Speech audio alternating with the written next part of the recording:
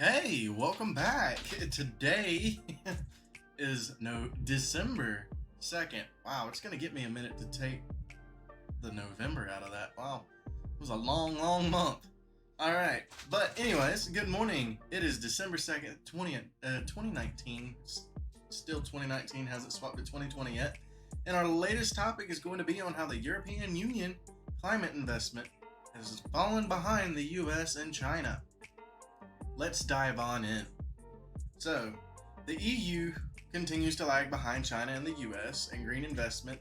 The EIB warned us on Tuesday that this was going to happen, that like Tuesday of this past week.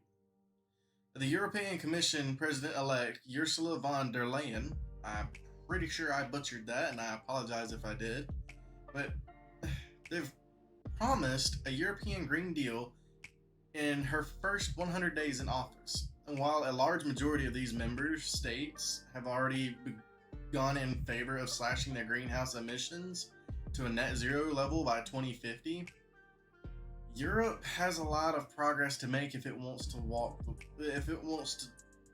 Well, it's doing the walk the talk, but I assume that they're trying to say walk the walk. Either way, a tremendous effort is required in its stock take. The EU lender warns that Europe is falling behind other actors. After a lost decade of weak investment, we need to start to tackle the slowdown now if we are to respond to the historic challenges we're facing. Which is true. I mean, if we're going to just continuously stand by and say, "Oh, we're going to do this, it's not going to work." There needs to be actions behind the words. Not just change this, hope it works. No. You know what the issues are. Tackle the issues, resolve the issue, and then problem solve. According to the reports, the EU invested around 1.2% of its GDP, which is 174 billion, in measures to address climate change last year, compared with the 1.3% by the US and far behind the 3.3% of China. In addition, investment has decreased over the past 2 years despite the better than expected growth. I mean, in all honesty, it sounds to me as if they're not, basically standing up like they're supposed to. I mean, in all actuality, if you can't handle this, what in the world?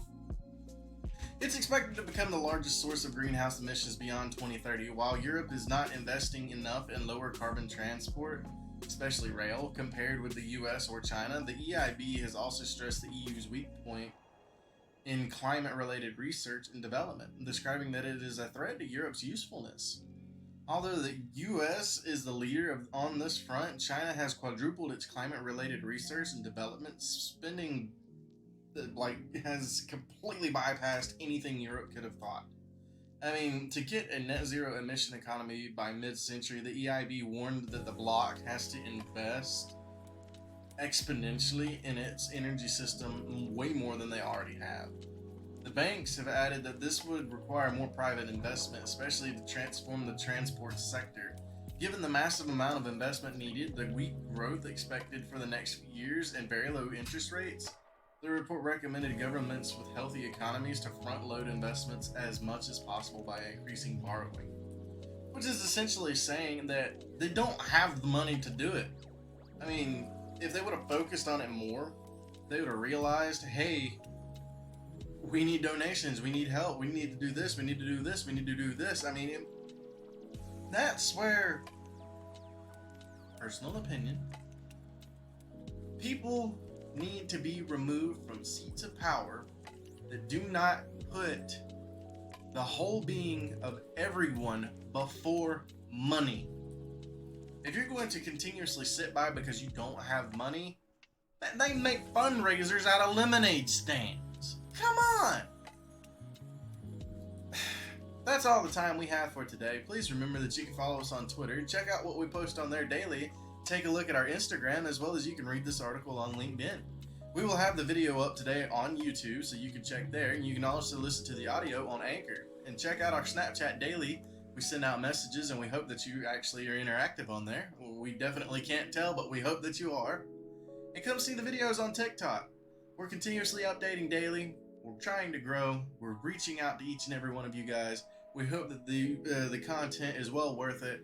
And just remember, as always, we are here. Thank you very much, and I hope you all have a very wonderful day.